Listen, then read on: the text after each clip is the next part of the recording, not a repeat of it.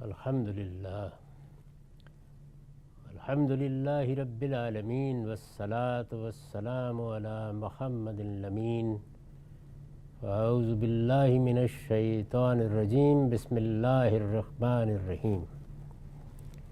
خواتین و حضرات، ہم میزان حصہ اول میں دوسرے باب اخلاقیات کا مطالعہ کر رہے ہیں۔ اس میں اخلاقیات کا اصل الاصول زیر بحث ہے، یعنی وہ بنیادی اخلاقیات جو عالمگیر ہیں، وہ اخلاقیات جو انسانیت کا اصلی حسن ہے، وہ اخلاقیات جن کو ہمارا حادثہ اخلاقی براہ راست دریافت کر لیتا ہے اور جن پر پھر آگے سماجی اخلاقیات، سیاسی اخلاقیات کی بنیادیں رکھی جاتی ہیں۔ ان میں جو چیزیں اثباتی ہیں وہ زیر بحث آ گئی تھی۔ اللہ تعالیٰ نے قرآن مجید کی جس آیت میں سورہ نحل کی آیت 90 کا ذکر کر رہا ہوں، ان کو بیان کیا ہے اور جسے میں نے یہاں سر عنوان بنایا ہے، اس میں 3 چیزیں مثبت ہیں اور 3 منفی ہیں، یا یوں کہہ لیجئے کہ 3 چیزیں اوامر کی نوعیت کی ہیں اور 3 منہیات کی نوعیت کی ہیں۔ وہ 3 چیزیں جو مثبت چیزوں کے یا اوامر کے مقابل میں بیان کی گئی ہیں، اب ہم ان کو دیکھیں گے۔ میں نے لکھا ہے ان کے مقابلے میں بھی، یعنی وہ چیزیں جو اوپر بیان ہو گئیں وہ 3 تھیں: عدل، احسان اور ایتاء ذی القربہ۔ ان کے مقابلے میں بھی 3 ہی چیزیں ہیں جن سے اس آیت میں روکا گیا ہے۔ سادہ لفظوں میں بیان کیجئے تو بنیادی اخلاقیات 6 ہیں، 3 اس سے پہلے زیر بحث آ چکی، وہ اثباتی ہیں، 3 اب اس کے بالکل بالخلاف منفی ہیں۔ ان کے مقابلے میں بھی 3 ہی چیزیں ہیں جن سے اس آیت میں روکا گیا ہے۔ پہلی چیز فحشاء ہے۔ میں اس کتاب میں یہ طریقہ اختیار کرتا ہوں کہ پہلے لوگوں کے بالکل برخلاف جامع و مانع تعریف کی کوشش نہیں کرتا، بلکہ تعارف کا طریقہ اختیار کرتا ہوں۔ تعارف کا طریقہ عام لوگوں کے لیے زیادہ قابل فہم ہوتا ہے۔ تو یہاں بھی میں نے یہی کیا ہے کہ پہلی چیز فحشاء ہے۔ لکھا ہے اس سے مراد زنا، اغلام اور ان کے متعلقات ہیں۔ سادہ لفظوں میں بیان کیجئے تو جنسی انحراف کی جتنی چیزیں بھی ہو سکتی ہیں، جنسی اعضاء ہوں یا جنسی عمل ہو، ان میں جو کبھی چیزیں انسانی فطرت ہمیشہ سے سمجھتی رہی ہے، ان سب کے لیے عربی زبان میں فاحشہ اور فحشاء کے الفاظ ہیں۔ لفظ کا یہ پہلو خود قرآن مجید نے اپنے استعمالات سے واضح کر دیا ہے، اور عربی لغت میں بھی اس کا یہی مفہوم ثبت ہے۔ آپ جس لغت کو بھی اٹھائیں گے وہ یہ بتائے گا کہ جنس کے معاملے میں جو چیزیں انتہائی کبھی سمجھی جاتی ہیں، خواہ وہ طہارت کے پہلو سے ہوں، خواہ تعلق کے پہلو سے ہوں، خواہ معاملات کے پہلو سے ہوں، خواہ افشاء کے پہلو سے ہوں، وہ سب کی سب اس لفظ کا مصداق ہے یا اس کے مفہوم میں شامل ہے۔ یہاں چند مثالیں دے دی، جیسے بدکاری ہے، جیسے اغلام ہے، اور اس طرح کی اور بہت سی چیزیں۔ قرآن مجید نے اس وسعت کو وہاں بھی واضح کیا ہے جہاں پر باپ کی منقوعہ سے نکاح کرنے کی ممانعت بیان کی ہے، تو وہاں یہ فرمایا کہ انہ کان فاحشۃ و مقتا و ساء سبیلا، تو اس سے واضح ہو جاتا ہے کہ ہر طرح کے انحرافات اس کا حصہ ہیں۔ اسی کے ذیل کی ایک چیز یہ ہے کہ ایام میں بیویوں سے تعلق قائم کیا جائے، یہ بھی چونکہ جنس کی طہارت کے خلاف ہے تو من جملہ انحرافات ہے، اور ایک کبھی چیز ہے ہمیشہ سے ایسا ہی سمجھا گیا ہے یہ سب فحشاء ہیں۔ دوسری چیز منکر ہے، یہ معروف کا ضد ہے۔ قرآن مجید نے یہ دو لفظ جو استعمال کیے ہیں تو عرب ان سے جو مدعا سمجھتے تھے اسی کو ملحوظ رکھا ہے۔ دوسری چیز منکر ہے، یہ معروف کا ضد ہے، یعنی آپ بھلائی کی چیزوں کے لیے معروف کا لفظ بولتے ہیں اور اس کے مقابل میں منکر کا لفظ بولتے ہیں، یعنی وہ برائیاں، اب منکر کے معنی کیا ہوئے، یعنی وہ برائیاں جنہیں انسان بالعموم برا جانتے ہیں، یعنی انسانیت کو ان کے برا قرار دینے کے لیے کسی خارجی چیز کی ضرورت نہیں ہوتی، انسان اپنے باطن ہی سے فتویٰ لگاتا ہے کہ یہ بری چیزیں ہیں۔ یعنی وہ برائیاں جنہیں انسان بالعموم برا جانتے ہیں، ہمیشہ سے برا کہتے رہے، اور جن کی برائی ایسی کھلی ہوئی ہے کہ اس کے لیے کسی استدلال کی ضرورت نہیں ہوتی۔ یہ تعریف کیوں کی گئی ہے، یہ تعارف کیوں کرایا گیا ہے؟ اس لیے کہ منکر کا مطلب ہے الذی انکر، یعنی وہ چیز کہ جس کو برا سمجھا گیا، گویا یہاں پر انسانیت کے استقراء ہی سے لفظ وجود میں آیا ہے، تو ظاہر ہے کہ حوالہ بھی اسی کا ہوگا۔ مذہب و ملت اور تہذیب و تمدن کی ہر اچھی روایت میں انہیں برا ہی سمجھا جاتا ہے۔ قرآن نے ایک دوسرے مقام پر اس کی جگہ اسم کا لفظ استعمال کر کے واضح کر دیا ہے کہ اس سے مراد یہاں وہ کام ہیں جن سے دوسروں کے حقوق تلف ہوتے ہیں۔ قرآن مجید کا طریقہ یہ ہے کہ بعض اوقات ایک لفظ جو عموم میں استعمال ہوتا ہے تو تقابل میں اگر اس کے اندر کوئی تجرید ہو رہی ہو تو دوسری جگہوں پر کوئی لفظ متبادل استعمال کر کے واضح کر دیتا ہے۔ یہاں چونکہ یہ فحشاء اور بغی کے درمیان میں آیا ہے، یعنی اگر یہ تنہا ہو تو ہر طرح کی برائیوں کو شامل ہو جائے گا۔ ہر طرح کی برائیوں سے مراد جس میں فحشاء کی نوعیت کی برائیاں بھی ہوں گی اور جس میں بغی کی نوعیت کی برائیاں بھی ہوں گی، لیکن جب ان کے درمیان میں آئے گا تو اس میں ایک طرح کی تجرید ہو جائے گی۔ وہ تجرید ہے جس کو دوسرے مقام پر لفظ اسم سے واضح کیا ہے۔ اس سے مراد یہاں وہ کام ہیں جن سے دوسروں کے حقوق تلف ہوتے ہیں، یعنی حق تلفی کی نوعیت کے جتنے بھی معاملات ہیں، حق خواہ وہ فطرت نے قائم کیا ہو، خواہ وہ معاشرت نے قائم کیا ہو، خواہ وہ سماج نے قائم کیا ہو، جب اس کو مان لیا گیا کہ یہ حق ہے تو پھر اس کو اگر آپ تلف کریں گے تو یہ منکر ہے یا اسم ہے۔ تیسری چیز بغی ہے، اس کے معنی سرکشی اور تعدی کے ہیں۔ بغی کا مطلب یہ ہے کہ حدود سے آگے بڑھ کر عدوان کا ارتکاب کیا جائے۔ تیسری چیز بغی ہے، اس کے معنی سرکشی اور تعدی کے ہیں، یعنی آدمی اپنی قوت، طاقت اور زور و اثر سے ناجائز فائدہ اٹھائے، حدود سے تجاوز کرے اور دوسروں کے حقوق پر، خواہ وہ حقوق خالق کے ہوں یا مخلوق کے، دسترازی کرنے کی کوشش کرے۔ یعنی یہاں گویا اقدام ہے، عدوان ہے، زیادتی ہے، محض حق تلفی نہیں ہے۔ جب یہ چیز پیدا ہوتی ہے تو اس کو قرآن اپنی تعبیر میں بغی کہتا ہے، ظلم کہتا ہے، عدوان کہتا ہے۔ ظلم، عدوان، بغی کی جتنی صورتیں ہیں وہ سب اس کے تحت ہوں گی۔ ارشاد فرمایا ہے قُلْ إِنَّمَا حَرَّمَ رَبِّيَ الْفَوَاحِشَ مَا ظَهَرَ مِنْهَا وَمَا بَطَنَ وَالْإِثْمَ وَالْبَغْيَ بِغَيْرِ الْحَقِّ۔ یہ سورہ اعراف کی آیت 33 ہے۔ کہہ دو میرے پروردگار نے تو صرف فواحش کو حرام کیا ہے، خواہ وہ کھلے ہوں یا چھپے، اور حق تلفی اور ناحق زیادتی کو حرام کیا ہے۔ تو وہاں بھی یہ تین چیزیں گنوائی ہیں، ان پر عطف کر کے، یعنی عطف العام کے طریقے کے اوپر آگے پھر دو چیزیں بیان کر دی ہیں جو اصلاً انہی کے ذیل کی چیزیں ہیں، جس میں اللہ پر کوئی افتراء کیا جائے، اللہ کا حق تلف کیا جائے، یا اپنی طرف سے اقدام کر کے سرکشی اختیار کر کے کوئی دین ایجاد کر لیا جائے، تو ان کو ان کے اوپر عطف کر دیا ہے۔ یہ وہ چیزیں ہیں کہ جن کو اصل اصول سمجھنا چاہیے۔ یعنی بنیادی اخلاقیات، یہ 6 چیزیں ہیں جن کو ہر اچھا معاشرہ اسی زاویے سے دیکھے گا۔ انسان اگر اس میں غلطی کرے گا تو توجہ دلانے پر متنبہ ہو جائے گا۔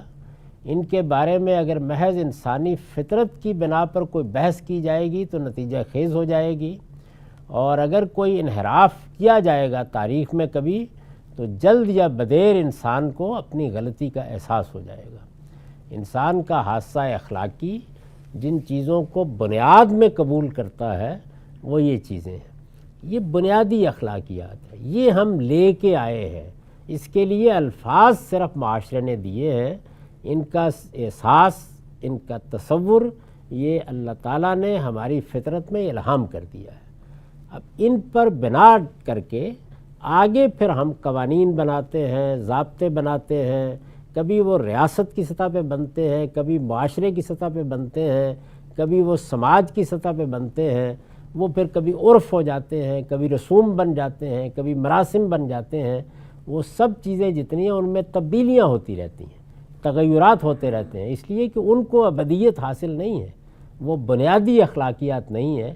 بنیادی اخلاقیات یہ 6 ہیں، ان کو یہاں اصل اصول کے طور پر بیان کر کے اب اس کے بعد اگلا باب ہے فضائل و رذائل، یعنی ان کی بنیاد پر اس کو اگر اصول کے طور پر، اصل اصول کے طور پر مان لیا جائے تو ان کی بنیاد پر احکام کی کیا فہرست بنتی ہے، یعنی قرآن کیا بناتا ہے، اللہ تعالیٰ کیا بناتے ہیں، اللہ کے پیغمبر کیا بناتے ہیں۔ اب اخلاقی احکام، اور یہاں بھی دیکھیے دونوں پہلو ہیں، فضائل و رذائل، یعنی فضائل کیا ہیں، وہی جن کو ہم نے اوپر دیکھا، عدل، احسان، ایتاء ذی القربیٰ، یہ فضائل ہیں، اور رذائل کیا ہیں، اس کے مقابل میں فحشاء، اسم، بغی، جن کا اوپر ذکر ہو چکا۔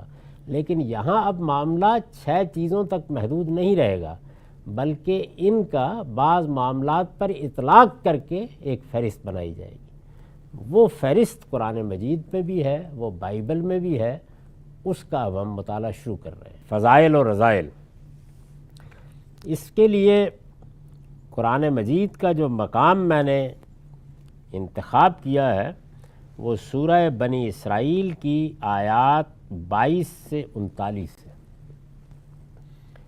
آگے جا کے واضح ہوگا کہ تورات میں جس کو 10 کمانڈمنٹس کہا گیا ہے یا احکام عشرہ، قرآن مجید میں وہ احکام عشرہ اس طرح بیان ہوئے ہیں اور اس مقام پر بیان ہوئے ہیں۔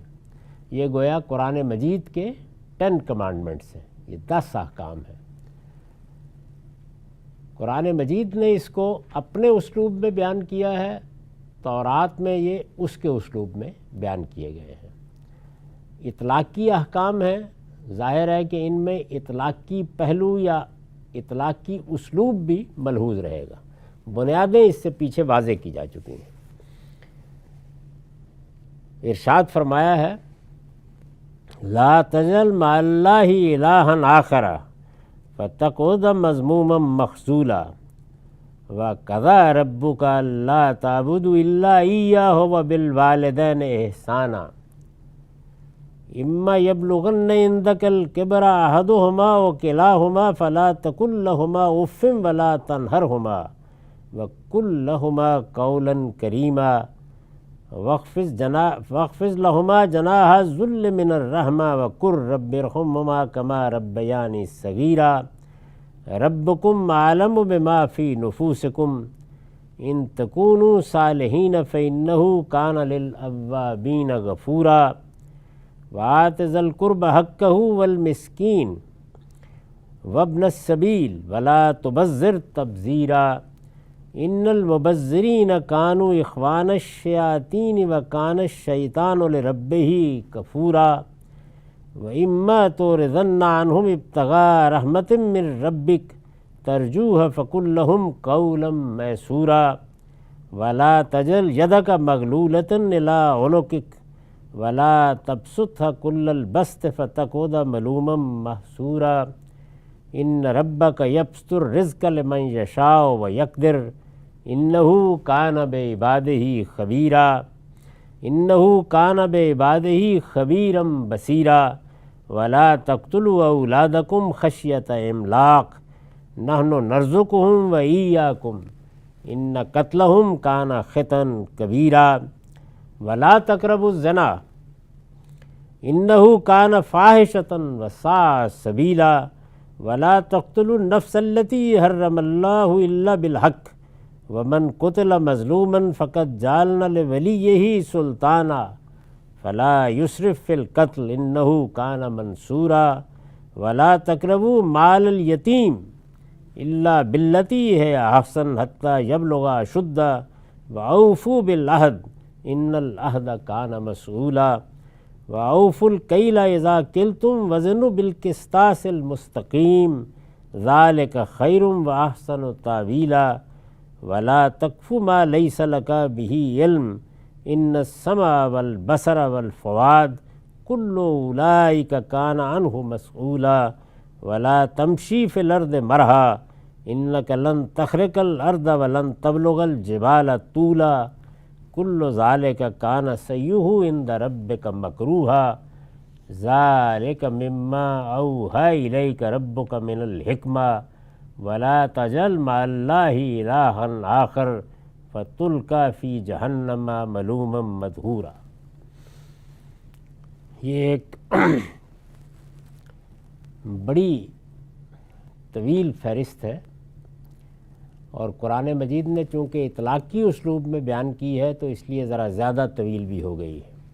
ترجمہ یہ ہے، سنو تم اللہ کے ساتھ کوئی دوسرا معبود نہ بناؤ کہ روز قیامت ملامت زدہ اور بے یار و مددگار بیٹھے رہ جاؤ۔ تمہارے پروردگار نے فیصلہ کر دیا ہے کہ تم لوگ تنہا اسی کی عبادت کرو اور ماں باپ کے ساتھ نہایت اچھا سلوک کرو۔ ان میں سے کوئی ایک یا دونوں اگر تمہارے سامنے بڑھاپے کو پہنچ جائیں تو نہ ان کو اف کہو اور نہ ان کو جھڑک کر جواب دو۔ تم ان سے ادب کے ساتھ بات کرو اور ان کے لیے نرمی سے عاجزی کے بازو جھکائے رکھو اور دعا کرتے رہو کہ پروردگار ان پر رحم فرما جس طرح انہوں نے رحمت و شفقت کے ساتھ مجھے بچپن میں پالا تھا۔ لوگو، تمہارے دلوں میں جو کچھ ہے اسے تمہارا پروردگار خوب جانتا ہے۔ اگر تم سعادت مند رہو گے تو پلٹ کر آنے والوں کے لیے وہ بڑا درگزر فرمانے والا ہے۔ تم قرابت دار کو اس کا حق دو اور مسکین اور مسافر کو بھی، اور مال کو بے جا نہ اڑاؤ، اس لیے کہ مال کو بے جا اڑانے والے شیطانوں کے بھائی ہوتے ہیں اور شیطان اپنے رب کا بڑا ہی ناشکرا ہے۔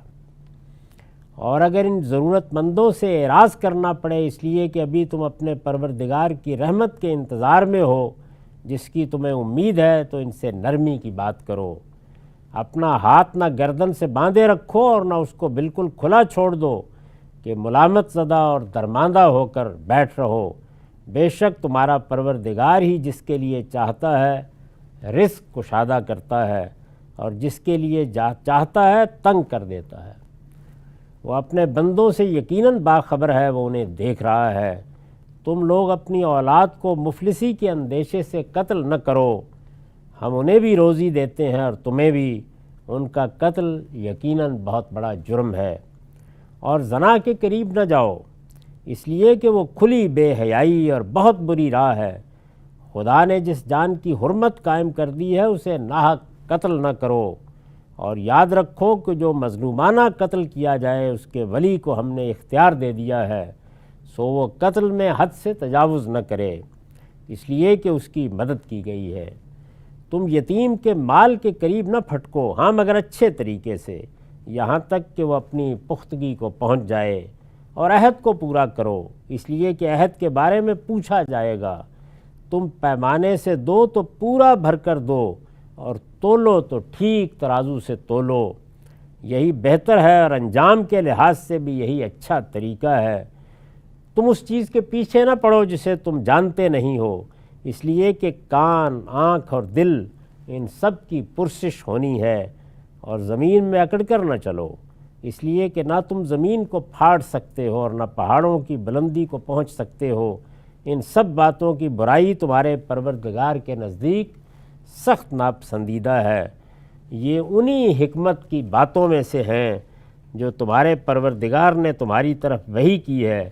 انہیں مضبوطی سے پکڑو اور ایک مرتبہ پھر سن لو کہ اللہ کے ساتھ کسی اور کو معبود نہ بناؤ کہ راندہ اور ملامت زدہ ہو کر جہنم میں ڈال دیے جاؤ۔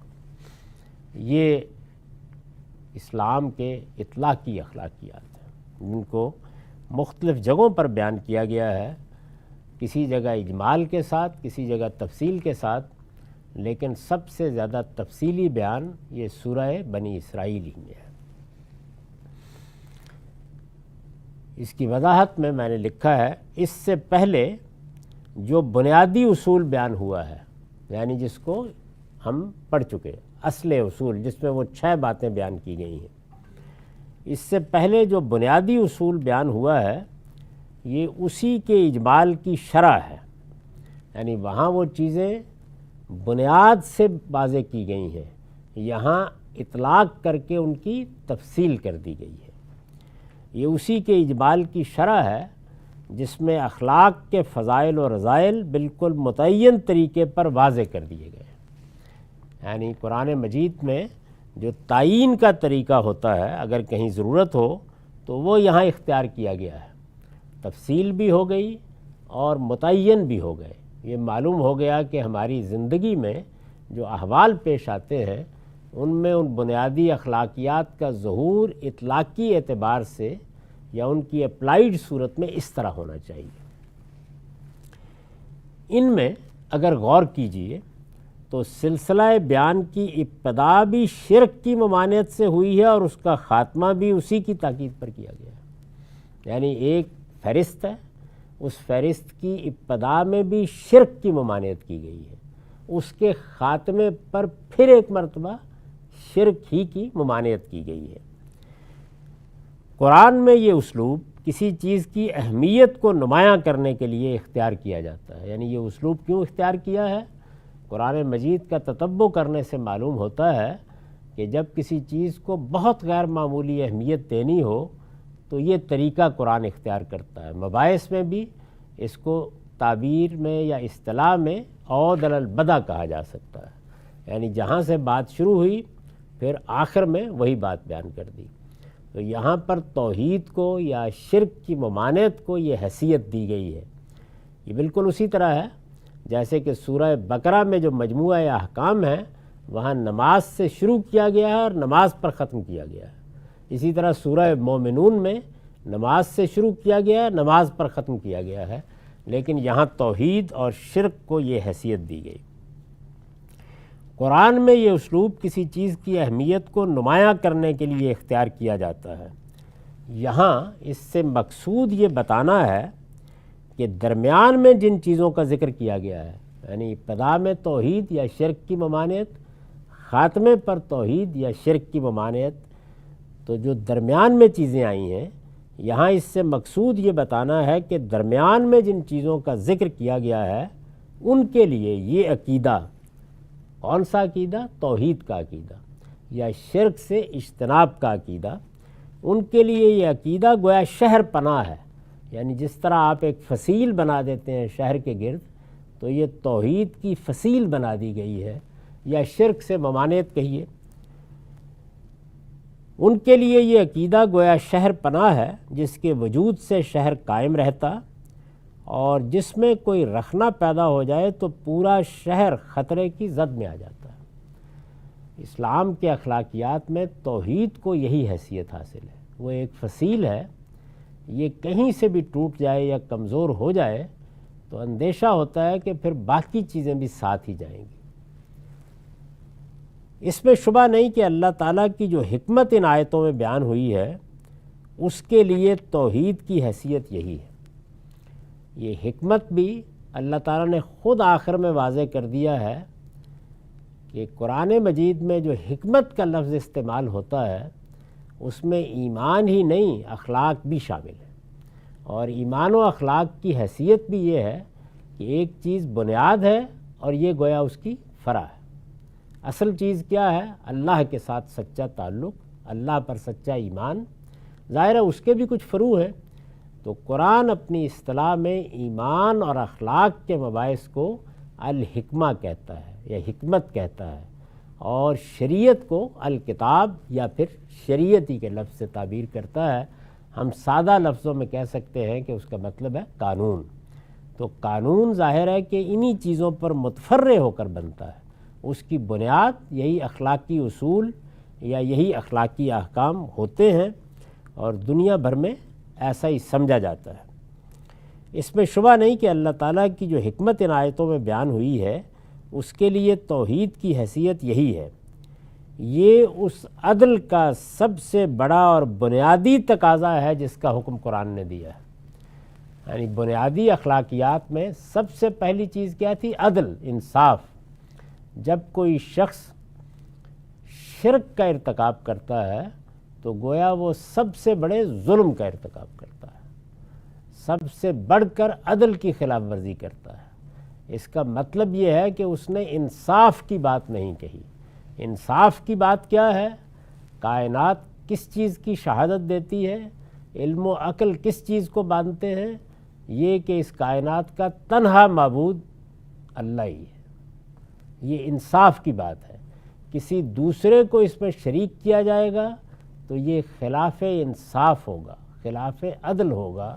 یہ گویا ایک ایسے شخص کو یا کسی ایسی ہستی کو یہ مقام دینا ہے کہ جو اس کے لیے ثابت ہی نہیں ہے۔ تو ظاہر ہے اس سے بڑا ظلم کیا ہو سکتا ہے؟ یہ اس عدل کا سب سے بڑا اور بنیادی تقاضا ہے جس کا حکم قرآن نے دیا ہے۔ چنانچہ شرک کو اسی بنا پر ظلم عظیم کہا گیا ہے۔ دوسری جگہ خود قرآن نے یہ پہلو واضح کر دیا ہے کہ یہ عدل کی فرع ہے، ظلم عظیم کہا گیا ہے، اور اس کا یہ نتیجہ بھی قرآن نے پوری صراحت کے ساتھ واضح کر دیا ہے کہ اللہ تعالیٰ کے نزدیک یہ ایک ناقابل معافی جرم ہے۔ یعنی یہ چھوٹا سا جرم نہیں ہے، یہ اگر اس درجے میں بیان ہوا ہے تو اس کی سزا بھی ایسی ہے۔ اللہ تعالیٰ کے نزدیک یہ ایک ناقابل معافی جرم ہے جس کی پاداش میں لوگ راندہ اور ملامت زدہ ہو کر جہنم میں ڈال دیے جائیں گے۔ یہ بات قرآن مجید نے بالکل واضح کر دی ہے، صراحت کے ساتھ بیان کر دی ہے کہ جانتے بوجھتے شرک کا ارتکاب کرو گے تو یہ ظلم عظیم ہے اور اس کی سزا بھی بڑی غیر معمولی ہے۔ ارشاد فرمایا ہے سورہ نساء کی آیت 48 سے، ان اللہ لا یغفر ان یشرک بہ ویغفر ما دون ذلک لمن یشاء ومن یشرک باللہ فقد افتری اثما عظیما۔ اللہ اس بات کو نہیں بخشے گا کہ جانتے بوجھتے کسی کو اس کا شریک ٹھہرایا جائے، اس کے نیچے البتہ جس کے لیے جو گناہ چاہے گا اپنے قانون کے مطابق بخش دے گا۔ یعنی اس کے نیچے معافی ہی معافی ہے، اس کے نیچے عفو درگزر ہی عفو درگزر ہے۔ لیکن شرک ناقابل معافی ہے اگر وہ جانتے بوجھتے کیا گیا ہے، اور اس میں تو کوئی شبہ ہی نہیں کہ جو اللہ کا شریک ٹھہراتا ہے وہ ایک بہت بڑے گناہ کا افتراء کرتا ہے۔ یہ قرآن مجید نے سورہ نساء میں واضح کر دیا ہے۔ اب ظاہر ہے کہ یہ سوال پیدا ہوتا ہے کہ شرک پھر ہے کیا؟ یعنی ایک تو اس کا اجمالی بیان ہے جو ہو گیا اوپر، اللہ کو ایک مانو، اللہ کے ساتھ کسی کو شریک نہ ٹھہراؤ، لیکن شرک پھر کیا ہے؟ تو میں نے بھی یہی سوال اٹھایا ہے، یہ شرک کیا ہے؟ اللہ تعالیٰ کے ساتھ کسی کو الہ بنایا جائے تو قرآن اپنی اصطلاح میں اسے شرک سے تعبیر کرتا ہے۔ اسی لیے ہمارا کلمہ کیا ہے؟ لا الہ الا اللہ، اللہ کے ساتھ اللہ کے سوا کوئی الہ نہیں ہے، یعنی اللہ ہی تنہا الہ ہے۔ تو اس سے خود یہ بات معلوم ہوئی کہ شرک یہ ہے کہ اللہ تعالیٰ کے ساتھ کسی کو الہ بنایا جائے، تو قرآن اپنی اصطلاح میں اسے شرک سے تعبیر کرتا ہے۔ اب اللہ کے ساتھ کسی کو الہ بنایا جائے، اس کی کیا صورت ہوتی ہے؟ یعنی کیسے ہم کسی دوسرے کو الہ بنا بیٹھتے ہیں، اس کی بھی وضاحت کی ضرورت تھی۔ اس کے معنی یہ ہیں کہ کسی کو، یعنی کس کے معنی یہ ہیں؟ اللہ کے ساتھ یا اللہ کے سوا کسی کو الہ بنانا، اس کے معنی کیا ہے، کیا مطلب ہے اس کا؟ اس کے معنی یہ ہے کہ کسی کو خدا کی ذات سے یا خدا کو اس کی ذات سے سمجھا جائے۔ ایک چیز کیا ہوئی کہ کوئی شخص یہ عقیدہ بنا لے کہ فلاں چیز، فلاں شخص، فلاں ہستی وہ ذات خداوندی سے صادر ہوئی ہے یا ذات خداوندی اس سے صادر ہوئی ہے۔ اگر ذات خداوندی اس سے صادر ہوئی ہے تو پھر تو وہ ذات خداوندی سے بھی بڑھ کر ہو گیا، اور اگر وہ ذات خداوندی سے صادر ہے تو ظاہر ہے کہ اس کے بعد اس کے الہ ہونے میں کیا شبہ ہو سکتا ہے۔ تو ایک چیز یہ ہے کہ کسی کو خدا کی ذات سے یا خدا کو اس کی ذات سے سمجھا جائے، یا خلق میں یا مخلوقات کی تدبیر امور میں، یعنی اللہ تعالیٰ نے بہت بڑے پیمانے کے اوپر خلق کیا ہے، چیزوں کو بنایا ہے، اس میں بنانے کے عمل میں یا مخلوقات کی تدبیر امور میں ایک چیز بنتی ہے، پھر وہ چیز بننے کے بعد روبہ عمل ہوتی ہے، تو اس میں اس کی تدبیر امور کی جاتی ہے، یعنی اس کو گویا کنٹرول کیا جاتا ہے، تو وہ یہ تدبیر امور ہے۔ اس کو قرآن امر کہتا ہے۔ یا خلق میں یا مخلوقات کی تدبیر امور میں کسی کا کوئی حصہ مانا جائے اور اس طرح کسی نہ کسی درجے میں اسے اللہ تعالیٰ کا ہمسر بنا دیا جائے، یہ شرک ہے۔ یعنی گویا پوری بات یہ ہوئی کہ کسی کو خدا کی ذات سے یا خدا کو اس کی ذات سے سمجھا جائے، یا خلق میں یا مخلوقات کی تدبیر امور میں کسی کا کوئی حصہ مانا جائے اور اس طرح کسی نہ کسی درجے میں اسے اللہ تعالیٰ کا ہمسر بنا دیا جائے، یہ بیان ہے۔ اس کے بعد ظاہر ہے کہ سمجھنے کے لیے ضروری تھا کہ یہ بھی بتایا جائے کہ اس کا اطلاق کیا ہے، یعنی کیا صورتیں ہیں جس کو ہم مثال سے سمجھ سکتے ہیں تاکہ یہ کانسیپٹ گرفت میں آ جائے۔ پہلی صورت کی مثال، پہلی صورت کیا ہے؟ کسی کو خدا کی ذات سے سمجھا جائے۔ پہلی صورت کی مثال سیدنا مسیح، سیدہ مریم اور فرشتوں کے بارے میں عیسائیوں اور مشرکین عرب کے عقائد ہیں۔ یعنی مسیحی جب یہ کہتے ہیں کہ مسیح اللہ کی ذات سے ہے اور پھر اس کو اللہ کا بیٹا کہہ کر گویا اس ذاتی تعلق کو بھی واضح کرتے ہیں، تو قرآن مجید نے بتا دیا کہ یہ شرک ہے، یہ صریح شرک ہے۔ اسی طریقے سے سیدہ مریم کو ان کی ماں اور الوہیت میں شریک قرار دے دیا گیا، گویا وہ بھی خدا کی ذات سے ہیں۔ اب ظاہر ہے جب خدا تولد ان کے پیٹ سے ہوا ہے، جس کو وہ خدا مان رہے ہیں یا خدا کی تجسیم مان رہے ہیں یا خدا کا بیٹا مان رہے ہیں، تو یہ ایک دوسرا پہلو بھی اس کے ساتھ ہی نمایاں ہو جائے گا۔ اسی طرح ہم قرآن میں یہ دیکھتے ہیں کہ مشرکین عرب، بلکہ قدیم مشرکین سب کے سب، وہ فرشتوں کو خدا کی بیٹیاں سمجھتے تھے۔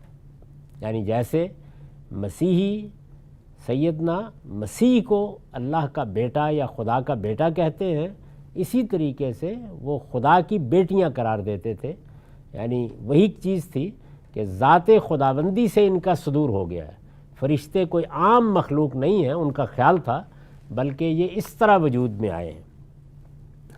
پہلی صورت کی مثال سیدنا مسیح، سیدہ مریم اور فرشتوں کے بارے میں مسیحیوں اور مشرکین عرب کے عقائد ہیں۔ صوفیانہ مذاہب کا عقیدہ وحدت الوجود بھی اسی قبیل سے۔ صوفیانہ مذاہب میں یہ پوری کی پوری کائنات یہ ذات خداوندی کا ظہور سمجھی جاتی ہے۔ گویا ذات خداوندی نے تعینات قبول کر کے ہمارے سامنے یہ صورت اختیار کر لی ہے، یہ جسدی ظہور ہے پوری کی پوری کائنات۔ ذات بہت یا ذات خالص یا ذات خداوندی اپنی جوہری حیثیت میں اس کی حقیقت ہے، اور وہ حقیقت جب ظہور پذیر ہوئی ہے، جب اس نے صورت اختیار کی ہے، تو وہ صورت کیا ہے؟ کائنات۔ تو یہ بھی گویا اسی نوعیت کا شرک ہے۔ دوسری صورت کی مثال، دوسری صورت کیا ہے؟ خلق میں یا مخلوقات کی تدبیر امور میں کسی کا حصہ مانا جائے۔ دوسری صورت کی مثال ہندوؤں میں برہما، وشنو، شیو اور مسلمانوں میں غوث، قطب، ابدال، داتا اور غریب نواز جیسی ہستیوں کا عقیدہ ہے۔ یعنی یا خلق میں کچھ حصہ مانیے کہ یہ اللہ تعالیٰ نے بنا دیا، لیکن اس کے بعد اس کا نظم کون چلا رہا ہے، وہ مثال کے طور پر وشنو چلا رہا ہے یا شیو چلا رہا ہے، تو اس نوعیت کا کوئی عقیدہ مانا جائے، یا جو ہمارے امور ہیں تدبیر امور کی نوعیت کے، ان کے اندر دخیل کر دیا جائے کسی کو۔ تو مسلمانوں میں غوث، قطب، ابدال، داتا اور غریب نواز، اس طرح کی ہستیوں کے بارے میں جو عقیدہ اختیار کیا گیا ہے، یہ دوسری نوعیت کا شرک ہے۔ یعنی خلق میں تو نہیں مانا جاتا، لیکن تدبیر امور میں مانا جاتا ہے۔ یہ معاملات ان کے سپرد کر دیے گئے ہیں، یہ پیچھے روحانی طور پر یا باطنی لحاظ سے کائنات کا نظم چلا رہے ہیں، یہ غوث ہیں، یہ قطب ہیں، یہ ابدال ہیں، اس نوعیت کی ہستیوں کا عقیدہ بیان کیا جاتا ہے۔ ارواح خبیثہ، نجوم و کواکب اور شیاطین کے تصرفات، یعنی یہ مانا جائے کہ اس دنیا میں بہت سی ایسی ارواح ہیں کہ جو ہمارے معاملات پر اثر انداز ہوتی ہیں، یا ستاروں کی تاثیرات کو ماننا، جس سے آپ جانتے ہیں کہ بہت سے لوگ نہ صرف یہ کہ فال لیتے، اپنے معاملات کو اس سے متعلق کرتے، بلکہ دنیا میں آنے والے حوادث کو بھی انہی کے حوالے سے سمجھتے ہیں۔ تو نجوم و کواکب، اسی طرح شیاطین کے تصرفات، یعنی شیاطین جن جس نوعیت کے تصرفات کرتے ہیں، ان پر ایمان کو بھی اسی کے ذیل میں سمجھنا چاہیے۔